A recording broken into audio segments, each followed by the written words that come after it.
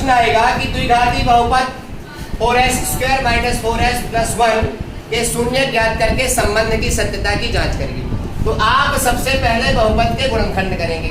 4s² - 4s + 1 में पहली संख्या और आखिरी संख्या का मन में गुणा करोगे, दो संख्या पाओगे जिनका योग बीच की संख्या हो, योग या अंतर।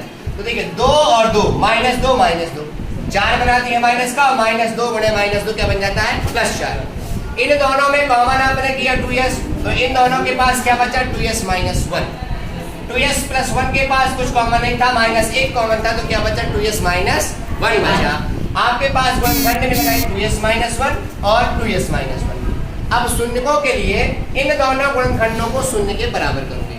तो 2s - 1 बराबर 0 किया तो -1 गया तो +1 हो गया, 2 गुणा में था उस साइड गया तो प्लस में हो गया, वो भाग में हो गया, तो 1/2 आपका पहला शून्य।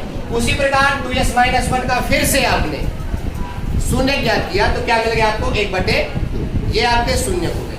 अब इसकी जो जांच होती है तो आपका पहला मान होता है शून्यकों का योगफल, जो किसके बराबर आना चाहिए -v/a के बराबर आना चाहिए। अब शून्य कौन कौन मिले हैं आपको 1/2 और 1/2, तो इन्हीं को आप प्लस करें। तो 1/2 और 1/2 को जोड़ने पर क्या मिला आपको 1 मिला। तो ये v/a के मान यहाँ से मिलेंगे आपको बहुपद से मिलेंगे 4s² - 4s से। तो v का मान -4 है और माइनस पहले से लगा था तो माइनस +4 और a का मान 4 है तो 4/4 क्या बना लेगा a।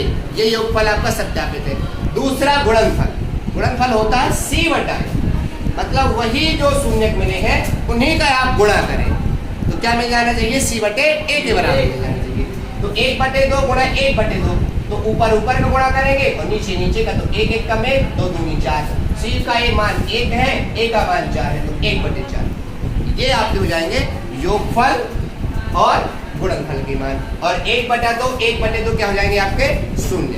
यदि ये पूरा क्वेश्चन आता है संबंध की जांच तक तो 4 अंक का, और यदि शून्य ज्ञात करने को आता है तो सिर्फ है 2। आया समझ में?